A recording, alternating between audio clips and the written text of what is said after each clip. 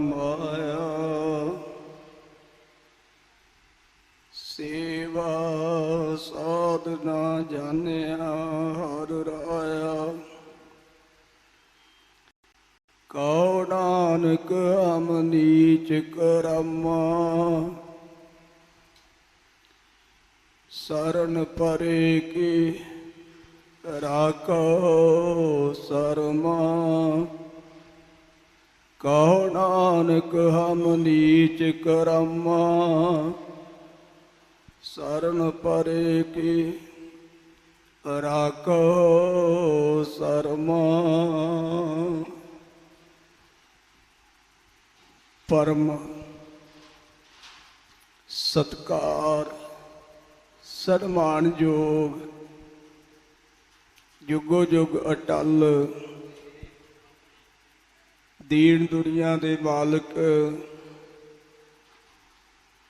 जगत जलंदे दे रक्षक साहिब श्री गुरु ग्रंथ साहिब जी दी पावन पवित्र हजूरी विखे शोभायमान गुरु की साजी नवाजी साध संगत जी प्यार सहित फतेह दी सांझ करिए। सारे भाई भाई गज के आखो जी वाहिगुरु जी का खालसा वाहिगुरु जी की फतेह। साहिब श्री गुरु ग्रंथ साहिब जी दे पहले प्रकाश गुरपुरब नूं समर्पित श्रोमणी गुरुद्वारा प्रबंधक कमेटी श्री दरबार साहब वल्लों नाम सिमरन सत्संग श्री अमृतसर साहब वल्लों लड़ीवार जीवन जुगत समागम आरंभ किए गए सन। पड़ाव दर पड़ाव ये समागम हो रहे ने और अज दा ये समागम तप अस्थान पूरी वाले महापुरखों के अस्थान ते संध्या के समय आरंभ होया है। गुरु के कीर्तनिये भाई अंतरप्रीत सिंह जी ने गुरु की बाणी का रस भिन्ना कीर्तन आपां नूं सरवण करवाया है। अज दा जो विचार है वो है श्री गुरु ग्रंथ साहब विच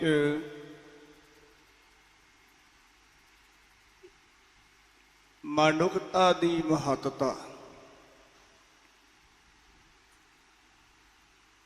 संगत जी जदों असी एक ओंकार तो लैके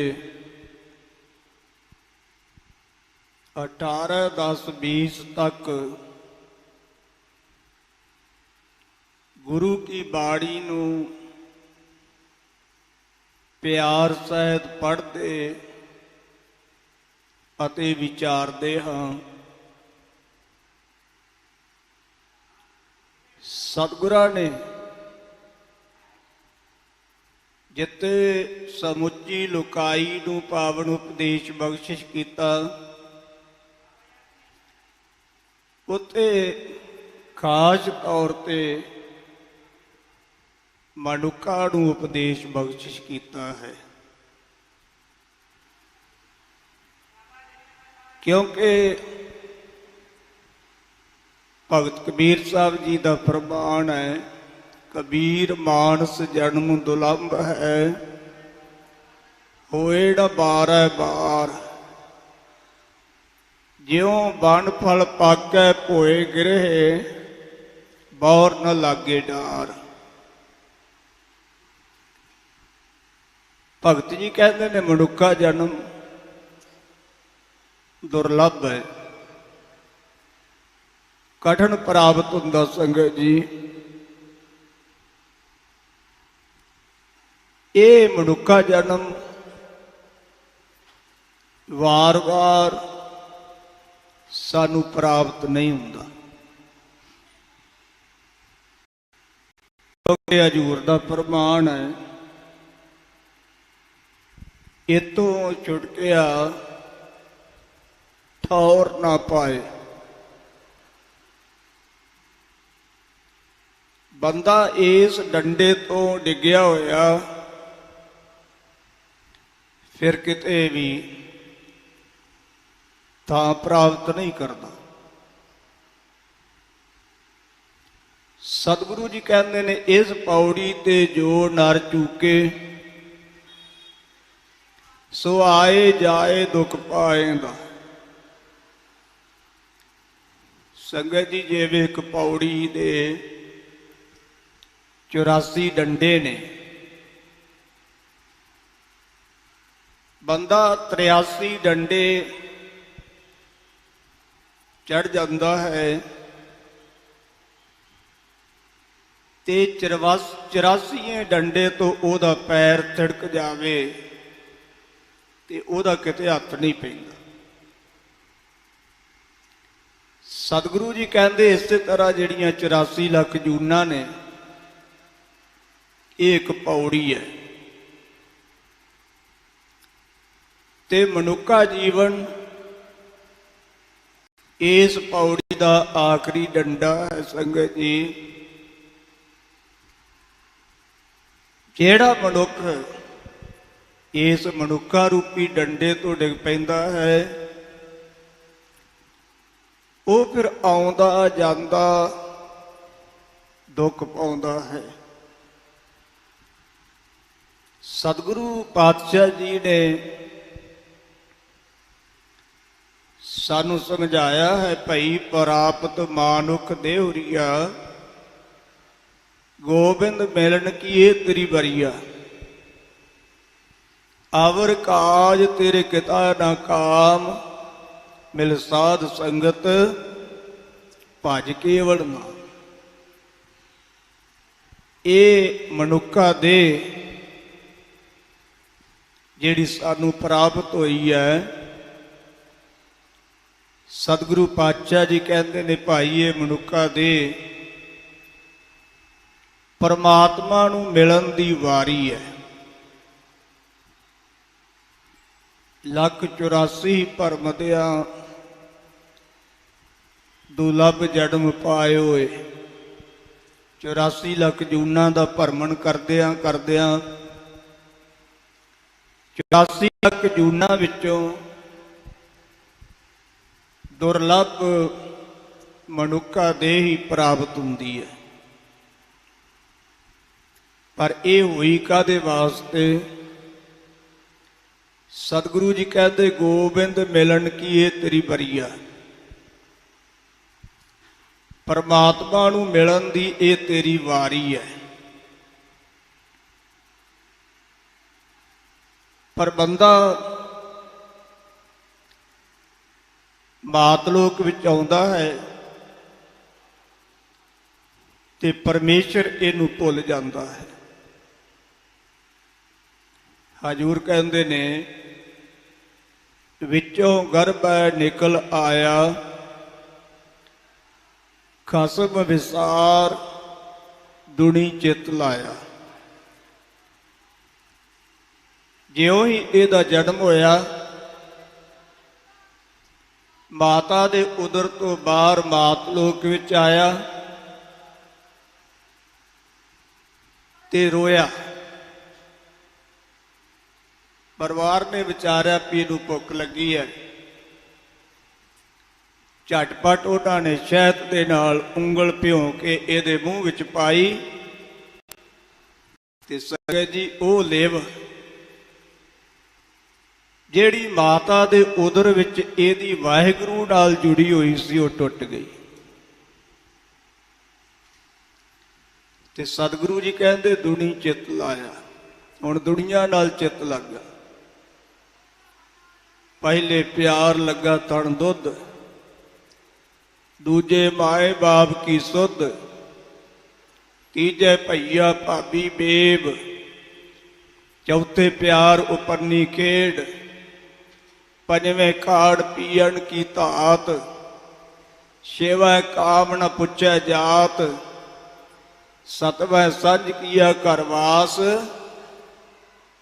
ਅੱਠਵੇਂ ਕ੍ਰੋਧ ਹੋਆ ਤਨਨਾਸ, ਨਾਵੇਂ ਧਾਵੇ ਉਬੇ ਸਾਹ, ਦਸਵੇਂ ਦੱਦਾ ਹੋਆ ਸਵਾਹ, ਗਏ ਸੇ ਗੀਤ ਪੁਕਾਰੇ ਧਾ। ਸੰਗਤ ਜੀ ਸਤਿਗੁਰੂ ਜੀ ਕਹਿੰਦੇ ਵਿੱਚੋਂ ਗਰਭੈ ਨਿਕਲ ਆਇਆ, ਖਸਮ ਵਿਸਾਰ ਦੁਨੀ ਚਿੱਤ ਲਾਇਆ। ਦੁਨੀਆ ਨਾਲ ਚਿੱਤ ਲੱਗ ਗਿਆ। ਪਹਿਲਾਂ ਮਾਂ ਬਾਪ ਦੀ ਕਬਰ ਹੋਈ, ਪਹਿਲਾਂ ਮਾਤਾ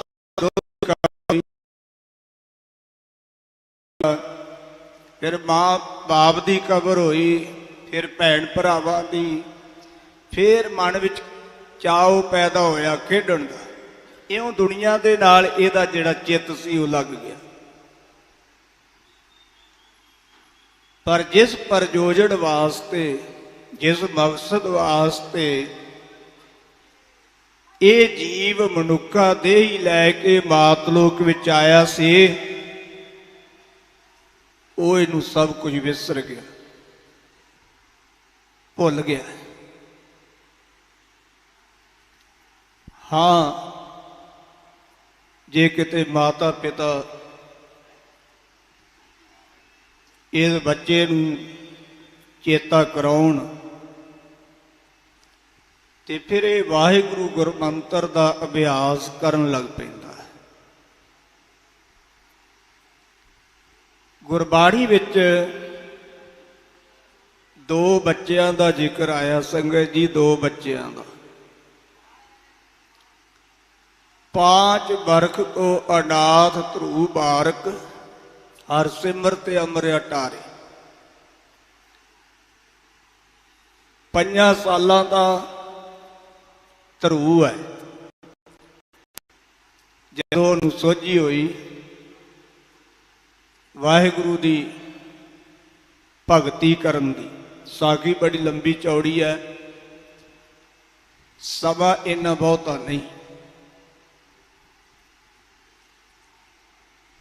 ਤੇ ਦੂਜੇ ਨੇ ਭਗਤ ਪ੍ਰਹਿਲਾਦ ਜੀ, ਉਮਰ ਦੋਨਾਂ ਦੀ 5 ਸਾਲ ਦੀ ਹੈ। ਭਗਤ ਪ੍ਰਹਿਲਾਦ ਜੀ ਦਾ ਵੀ ਨਿਸ਼ਚਾ ਦ੍ਰਿੜ ਹੋ ਗਿਆ ਜਦੋਂ ਉਹਨਾਂ ਨੇ ਆਵੀ ਦੇ ਵਿੱਚ ਬਿੱਲੀ ਦੇ ਬੱਚੇ ਵੇਖੇ ਤੇ ਆਵੀ ਪਕੌੜ ਵਾਲਾ ਰਾਮ ਰਾਮ ਜਪ ਰਿਹਾ ਸੀ। ਆਵੀ ਪੱਕ ਗਈ ਪਰ ਬੱਚਿਆਂ ਨੂੰ ਸੇਕ ਨਹੀਂ ਲੱਗਾ। ਉਹਨਾਂ ਦਾ ਨਿਸ਼ਚਾ ਦ੍ਰਿੜ ਹੋ ਗਿਆ ਕਿ ਭਗਵਾਨ ਹਰ ਥਾਂ ਤੇ ਰੱਖਿਆ ਕਰਦਾ ਹੈ। ਜੇ ਮਾਤਾ ਪਿਤਾ ਚਾਹਣ ਤੇ ਉਹ ਆਪਣੇ ਬੱਚਿਆਂ ਨੂੰ ਸਿਮਰਨ ਵਿੱਚ ਜੋੜ ਸਕਦੇ ਨੇ, ਪਰ ਮਾਤਾ ਪਿਤਾ ਤੇ ਆਪ ਵੀ ਨਹੀਂ ਸਿਮਰਨ ਕਰਦੇ। 12-1 ਵਜੇ ਤੱਕ ਮੋਬਾਈਲ ਨਾਲ ਲੱਗੇ ਰਹਿੰਦੇ। ਪਹਿਲਾਂ ਟੀਵੀ ਸੀ ਜੀ, ਉਹ ਟੀਵੀ ਹਟਿਆ ਤੇ ਹੁਣ ਮੋਬਾਈਲ ਹੈ। ਅੰਮ੍ਰਿਤ ਵੇਲਾ ਉਹੀ ਸਾਡਾ ਲੰਘ ਜਾਂਦਾ। ਜਿਸ ਮਕਸਦ ਵਾਸਤੇ ਅਸੀਂ ਆਏ ਸਨ, ਜਿਹੜਾ ਸਾਡਾ ਪ੍ਰਯੋਜਨ ਸੀ, ਉਹ ਸਾਡਾ ਸੁੱਤਿਆਂ ਹੀ ਲੰਘ ਜਾਂਦਾ। 8-9 ਵਜੇ ਉੱਠਦੇ ਆ, ਚਾਹ ਦਾ ਕੱਪ ਪੀ ਕੇ ਤੇ ਕਾਰੋਬਾਰ ਤੇ ਤੁਰ ਜਾਂਦੇ। ਸੱਚੇ ਪਾਤਸ਼ਾਹ ਜੀ ਕਹਿੰਦੇ ਨਹੀਂ, ਇਹ ਤੇਰਾ ਮਕਸਦ ਨਹੀਂ। तेरा मकसद है गोबिंद मिलन की, ये तेरी बरीआ, ये तेनू वारी मिली है, समा मिलिया है, टाइम मिलिया है परमात्मा नाल मिलण वास्ते, एकमिक होण वास्ते। अवर काज तेरा किता ना काम, मिल साध संगत भज केवल नाम। सवेर तो लैके शाम तक जेड़े तू होर काम काज करदा है, ये तेरे किसी भी काम नहीं। इको ही एक तेरा काम है जेड़ा करने वाला, पर तू करदा नहीं। वो काम की है जी? सतगुरु जी कहते मिल साध संगत भज केवल नाम। साध संगत नाल मिल करके केवल वाहिगुरु दे नाम दा भजन कर, सिमरन कर। मनुखा देही दी महत्ता यही है जी गुरबाणी विच। आयो सुणन पढ़न कौ बाणी, नाम विसार लगे अन लालच, बिरता जन्म प्राणी। सच्चे पातशाह जी कहते हैं, यह प्राणा धारी जीव, ये मनुख तू मातलोक विच बाणी पढ़न वास्ते, बाणी सरवण करन वास्ते आया है, पर तू होर कामां दे विच लग करके अपने जन्म नूं बेअर्थ ही गवा रहा है। तेरी उम्र एवें बीतती जाती है, लाहे तो बगैर घाटे दे विच तेरी उम्र बीतती जाती है।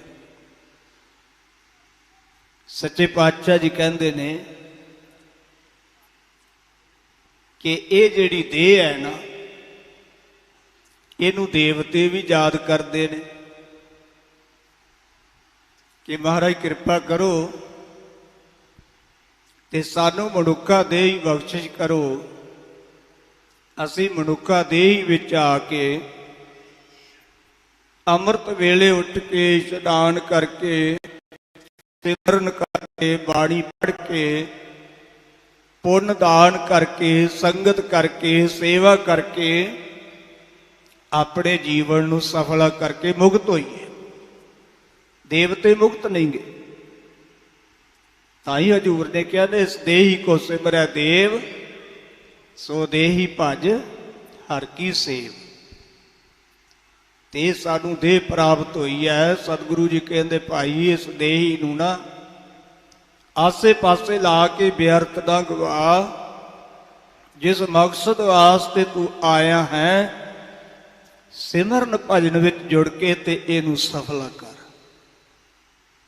फिरत फिरत बहुते जुग हारियो, मानस देह लही।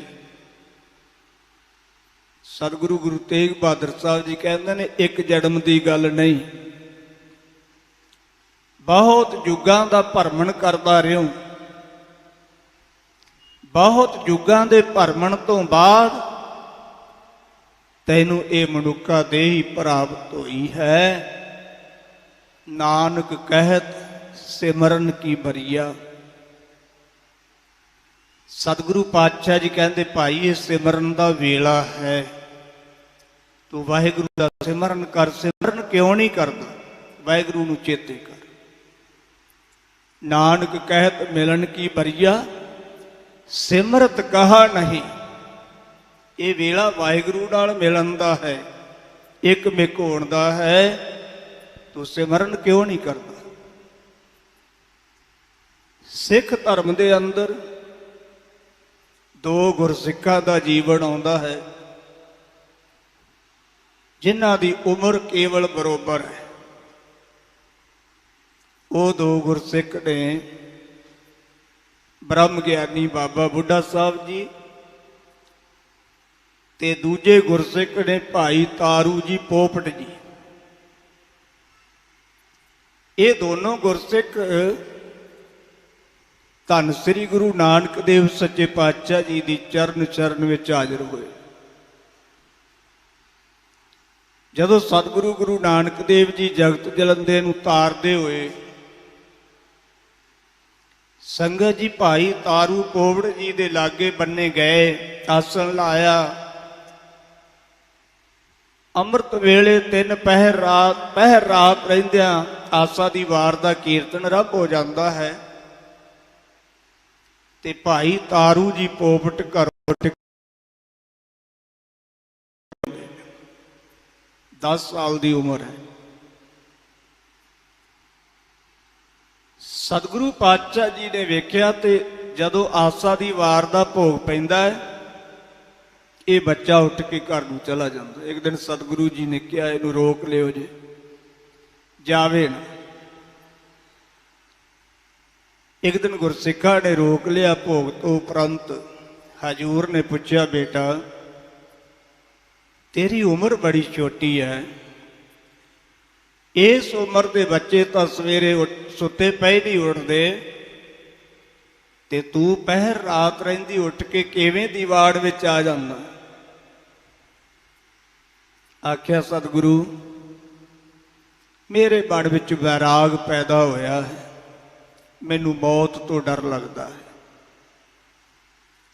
ਸਤਿਗੁਰੂ ਇੱਕ ਦਿਨ ਮੇਰੀ ਮਾਂ ਨੇ ਮੈਨੂੰ ਕਿਹਾ, ਜਾ ਗੁਆਂਢੀਆਂ ਦੇ ਘਰੋਂ ਅੱਗ ਲੈ ਕੇ ਆ। ਮੈਂ ਅੱਗ ਦਾ ਅੰਗਿਆਰ ਲੈ ਕੇ ਆਇਆ।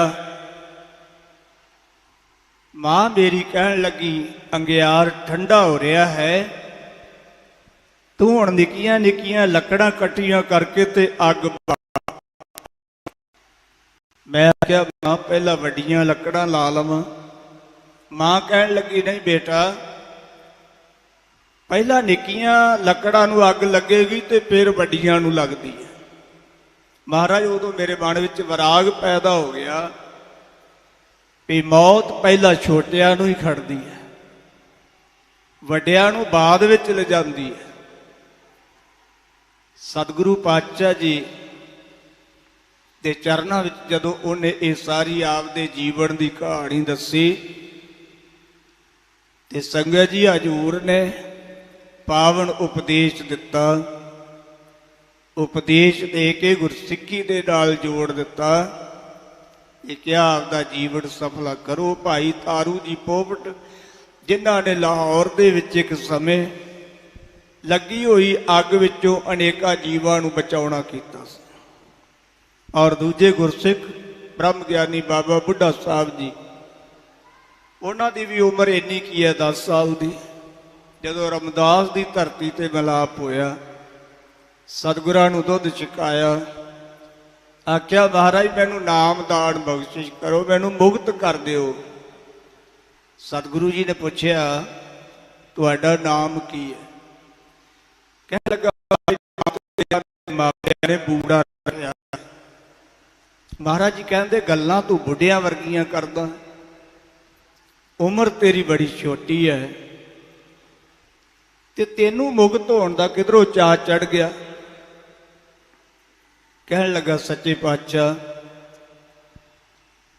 ਇੱਕ ਵਾਰੀ ਫੌਜਾਂ ਆਈਆਂ ਤੇ ਉਹਨਾਂ ਨੇ ਸਾਡੀਆਂ ਫਸਲਾਂ ਜਿਹੜੀਆਂ ਸੀ ਨਾ, ਉਹ ਕੱਚੀਆਂ ਹੀ ਵੱਢ ਕੱਤੀਆਂ, ਉਜਾੜ ਕੱਤੀਆਂ। ਉਤੋਂ ਮੈਨੂੰ ਵੈਰਾਗ ਪੈਦਾ ਹੋ ਗਿਆ। ਇਸੇ ਤਰ੍ਹਾਂ ਜਮਾਂ ਦੀਆਂ ਫੌਜਾਂ ਛੋਟੀ ਉਮਰ ਵਿੱਚ ਹੀ ਆਣ ਕੇ ਲੈ ਜਾਂਦੀਆਂ ਹੋਣਗੀਆਂ। ਤੇ ਸਤਿਗੁਰੂ ਪਾਤਸ਼ਾਹ ਜੀ ਨੇ ਨਾਮਦਾਨ ਗੁਰਸਿੱਖੀ ਦੀ ਦਾਤ ਬਖਸ਼ਿਸ਼ ਕੀਤੀ ਤੇ ਕਿਹਾ, ਬੁੱਢਿਆ ਹੁਣ ਚੌਥੇ ਜਾਮੇ ਵਿੱਚ ਆ ਕੇ ਤੈਨੂੰ ਮੁਕਤ ਕਰਾਂਗੇ। ਸੰਗਤ ਜੀ, ਸਾਡਾ ਮਕਸਦ ਨਾਮ ਜਪਣਾ, ਸਿਮਰਨ ਕਰਨਾ, ਦਸਾਂ ਨੌਹਾਂ ਦੀ ਕਿਰਤ ਕਰਨੀ, ਵੰਡ ਕੇ ਛਕਣਾ। ਇਹ ਸਤਿਗੁਰਾਂ ਦਾ ਉਪਦੇਸ਼ ਹੈ, ਇਹਦੀ ਅਸੀਂ ਕਮਾਈ ਕਰਨੀ ਹੈ। ਪਰ ਅਸੀਂ ਤਾਂ ਲੱਗਾ ਕਿਤ ਕੋ ਫਕੜੇ, ਸਭ ਮੁੱਕਦੀ ਚੱਲੀ ਐਣ। ਪ੍ਰਾਣੀ ਤੂੰ ਆਇਆ ਲਾ ਲੈਣ, ਲੱਗਾ ਕਿਤ ਕੋ ਫਕੜੇ, ਸਭ ਮੁੱਕਦੀ ਚੱਲੀ ਰਹਿਣ। ਸੱਚੇ ਪਾਤਸ਼ਾਹ ਜੀ ਕਹਿੰਦੇ ਆ, ਪ੍ਰਾਣਾ ਧਾਰੀ ਜੀਵ, ਤੂੰ ਮਾਤ ਲੋਕ ਵਿੱਚ ਨਾ ਨਾਮ ਸਿਮਰਨ ਦਾ ਲਾਭ ਪ੍ਰਾਪਤ ਕਰਨਾ ਹੈ। ਤੇ ਤੂੰ ਭੈੜੇ ਕੰਮਾਂ ਦੇ ਵਿੱਚ ਲੱਗ ਕੇ ਆਪਣੀ ਜ਼ਿੰਦਗੀ ਐਵੇਂ ਹੀ ਬਤੀਤ ਕਰੀ ਜਾਂਦਾ, ਐਵੇਂ ਬਤੀਤ ਹੋਈ ਜਾਂਦੀ ਹੈ। ਦਿਨ ਤੇ ਪੈਰ, ਪੈਰ ਤੇ ਕਰੀਆਂ, ਆਪ ਘਟੇ ਤਨ ਛੀਜੈ, ਕਾਲ ਹੇਰੀ ਫਿਰੈ ਬਦਕ ਜਿਉ ਕਹੋ ਕਵਣ ਵਿਦ ਕੀ। ਸੱਚੇ ਪਾਤਸ਼ਾਹ ਜੀ ਕਹਿੰਦੇ ਨੇ, ਵੇਖ ਘੜੀਆਂ ਪੈਰਾਂ ਤੇ ਦਿਨਾਂ ਦੇ ਹਿਸਾਬ ਨਾਲ ਤੇਰੀ ਉਮਰ ਘਟਦੀ ਜਾਂਦੀ ਹੈ। ਸੰਗਤ ਜੀ, ਇਹ ਖਿੰਨ ਖਿੰਨ ਉਮਰ ਜਿਹੜੀ ਹੈ ਨਾ, ਇਹ ਘਟਦੀ ਜਾਂਦੀ ਹੈ। ਪਰ ਜਿਹੜਾ ਕਾਲ ਚਕਾਰੀ ਹੈ ਨਾ, ਉਹ ਮੌਤ ਦਾ ਜਾਲ ਲੈ ਕੇ ਤੁਰਿਆ ਫਿਰਦਾ ਹੈ। ਤੇ ਭਗਤ ਜੀ ਕਹਿੰਦੇ, ਦੱਸ ਉਹਦੇ ਤੋਂ ਬਚਣ ਦਾ ਕੀ ਯਤਨ ਕਰੇਗਾ, ਕਿਵੇਂ ਬਚੇਗਾ? ਤੇਰਾ ਉਹਦੇ ਤੋਂ ਬਚਾਅ ਨਹੀਂ ਹੋ ਸਕਦਾ। ਜੋ ਦਿਨ ਆਵੇ ਉਹ ਦਿਨ ਜਾਈ, ਕਰਨਾ ਕੂਚ ਰਹਿਣ ਤਿਰ ਨਾਹੀ, ਸੰਗ ਚਲਤ ਹੈ ਹਮ ਭੀ ਚਲਣਾ, ਦੂਰ ਗਵਨ ਸਿਰ ਉੱਪਰ ਮਰਨਾ। ਸੰਗਤ ਜੀ, ਜਿਹੜਾ ਦਿਨ ਆਉਂਦਾ ਹੈ ਨਾ, ਜਿਹੜਾ ਸੂਰਜ ਚੜ੍ਹਦਾ ਹੈ, ਉਹ ਆਪਣੀ ਮੰਜ਼ਲ ਨੂੰ ਤੈਅ ਕਰਕੇ ਅਸਤ ਹੋ ਜਾਂਦਾ ਹੈ। ਜਿਹੜਾ ਜੀਵ ਜਨਮ ਲੈ ਕੇ ਆਉਂਦਾ ਹੈ, ਮਨੁੱਖਾ ਜਨਮ ਵਿੱਚ ਆਉਂਦਾ ਹੈ, ਉਹ ਆਪਣੇ ਸਵਾਸਾਂ ਦੀ ਪੂੰਜੀ ਨੂੰ ਭੋਗ ਕਰਕੇ ਆਖਰ ਚਲੇ ਜਾਂਦਾ ਹੈ। ਜੇ ਤਾਂ ਉਹਨੇ ਆਪਣੇ ਸਵਾਸਾਂ ਦੀ ਪੂੰਜੀ ਨੂੰ ਗੁਰੂ ਕੀ ਬਾਣੀ ਨਾਲ ਜੁੜ ਕਰਕੇ, ਸਿਮਰਨ ਭਜਨ ਕਰਕੇ, ਸੇਵਾ ਕਰਕੇ ਸਫਲ ਕਰ ਲਿਆ, ਫਿਰ ਤਾਂ ਇਉਂ ਜਿਉਂ ਜਲ ਮੈਂ ਜਲ ਆਏ ਘਟਾਨਾ, ਤਿਉਂ ਜੋਤੀ ਸਗ ਜੋਤ ਸਮਾਨਾ। ਮਿਟ ਗਏ ਗਵਨ ਪਾਏ ਵਿਸਰਾਮ, ਨਾਨਕ ਪ੍ਰਭ ਕੈ ਸਤਿ ਕੁਰਬਾਨ। ਫਿਰ ਤਾਂ ਵਾਹਿਗੁਰੂ ਨਾਲ ਇਕਮਿਕ ਹੋ ਜਾਂਦੀ ਆਤਮਾ। ਤੇ ਜੇ ਸਿਮਰਨ ਭਜਨ ਨਹੀਂ ਕੀਤਾ, ਸਾਰੀ ਉਮਰ ਵਾਹਿਗੁਰੂ ਨੂੰ ਚੇਤੇ ਹੀ ਨਹੀਂ ਕੀਤਾ, ਤੇ ਫਿਰ 84 ਲੱਖ ਜੂਨਾਂ ਦਾ ਭਰਮਣ ਕਰਦਾ ਹੈ। ਵੱਖ-ਵੱਖ ਜੂਨਾਂ ਦਾ, ਵੱਖ-ਵੱਖ ਘਰਾਂ ਦਾ ਭਰਮਣ ਕਰਦਾ ਹੈ। ਸੰਗਤ ਜੀ, ਸਤਿਗੁਰਾਂ ਨੇ ਗੁਰਬਾਣੀ ਵਿੱਚ ਜ਼ਿਕਰ ਕੀਤਾ ਹੈ, ਕਈ ਜਨਮ ਭੈ ਕੀਟ ਪਤੰਗਾ, ਕਈ ਜਨਮ ਗਜ ਮੀਨ ਕੁਰੰਗਾ, ਕਈ ਜਨਮ ਪੰਖੀ ਸਰਪ ਹੋਇਓ, ਕਈ ਜਨਮ ਹੈਵਰ ਬਿਰਕ ਜੋਇਓ, ਮਿਲ ਜਗਦੀਸ਼ ਮਿਲਣ ਕੀ ਬਰੀਆ, ਚਿਰੰਕਾਲ ਇਹ ਦੇਸ ਜਰੀਆ। ਇਹ ਮਨੁੱਖਾ ਜੀਵਨ ਸਾਨੂੰ ਬਹੁਤ ਲੰਮੇ ਸਮੇਂ ਤੋਂ ਬਾਅਦ ਪ੍ਰਾਪਤ ਹੋਇਆ ਹੈ, ਔਰ ਕਈ ਕਈ ਜੂਨਾਂ ਦੇ ਵਿੱਚ ਅਸੀਂ ਭਟਕਦੇ ਰਹੇ ਹਾਂ, ਤੇ 84 ਤੋਂ ਬਾਅਦ ਸਾਨੂੰ ਇਹ ਮਨੁੱਖਾ ਦੇਹ ਹੀ ਮਿਲੀ ਹੈ। ਸਮਾਂ ਮਿਲਿਆ ਹੈ, ਵਾਰੀ ਮਿਲੀ ਹੈ। ਜਿਨ੍ਹਾਂ ਨੇ ਸੌਂ ਕੇ ਗਵਾ ਲਈ, ਉਹ ਤਾਂ ਫਿਰ ਉਸੇ ਚੱਕਰ 'ਚ ਹੀ ਪੈਂਦੇ ਨੇ। ਜਿਵੇਂ ਕਹਿੰਦੇ, ਇੱਕ ਕਿਲ੍ਹਾ ਸੀ, ਉਹਦੇ 84 ਦਰਵਾਜ਼ੇ ਸਨ। ਤੇ ਸੰਗਤ ਜੀ, ਉਹਦੇ ਵਿੱਚ ਇੱਕ ਅੰਨਾ ਟੁੰਡਾ, ਸਿਰ ਤੋਂ ਗੰਜਾ ਆਦਮੀ ਸੀ। ਉਹ ਕਿਲ੍ਹੇ ਵਿੱਚ ਪ੍ਰਵੇਸ਼ ਕਰ ਗਿਆ। ਹੁਣ ਉਹਨੂੰ ਰਾਹ ਨਹੀਂ ਸੀ ਲੱਭਦਾ। ਉਹਦਾ ਇੱਕ ਦਰਵਾਜ਼ਾ ਖੁੱਲ੍ਹਾ ਸੀ, 83 ਦਰਵਾਜ਼ੇ ਬੰਦ ਸਨ। ਉਹਨੇ ਕੂਕ ਮਾਰੀ, ਬਾਹਰੋਂ ਕਿਸੇ ਨੇ ਆਵਾਜ਼ ਦਿੱਤੀ, ਕਹਿਣ ਲੱਗਾ, ਜਿਹੜਾ ਤੇਰਾ ਹੱਥ ਸਾਬਤ ਹੈ ਨਾ, ਉਹਦੇ ਨਾਲ ਟੋਹ ਕੇ ਤੂੰ ਬਾਹਰ ਨਿਕਲਿਆ, ਇਹਦਾ ਇੱਕ ਦਰਵਾਜ਼ਾ ਖੁੱਲ੍ਹਾ ਹੋਇਆ। ਉਹ ਜਦੋਂ ਟੋਹਦਾ ਟੋਹਦਾ ਖੁੱਲ੍ਹੇ ਦਰਵਾਜ਼ੇ ਦੇ ਗਾੜੀ ਆਉਂਦਾ ਹੈ, ਉੱਥੇ ਮਾਖੋ ਦੀਆਂ ਮੱਖੀਆਂ ਲੱਗੀਆਂ ਹੋਈਆਂ ਨੇ। ਉਹ ਹੱਥ ਮਾਖੋ ਦੀਆਂ ਮੱਖੀਆਂ ਵਿੱਚ ਵੱਜਦਾ ਹੈ, ਮੱਖੀਆਂ ਸਿਰ ਵਿੱਚ ਲੜਦੀਆਂ ਨੇ, ਤੇ ਉਹ ਸਿਰ ਵਿੱਚ ਖੁਰਕਣ ਲੱਗ ਪੈਂਦਾ, ਤੇ ਫਿਰ ਕਿਲ੍ਹੇ ਵਿੱਚ ਹੀ ਪਾਉਂਦਾ ਰਹਿੰਦਾ। ਬਸ ਬੰਦੇ ਦੀ ਵੀ ਇਹੀ ਹਾਲਤ ਹੈ। ਇਹ ਇੱਕ ਮਨੁੱਖਾ ਦੇਹੀ ਦਾ ਦਰਵਾਜ਼ਾ ਖੁੱਲ੍ਹਾ ਹੋਇਆ ਹੈ।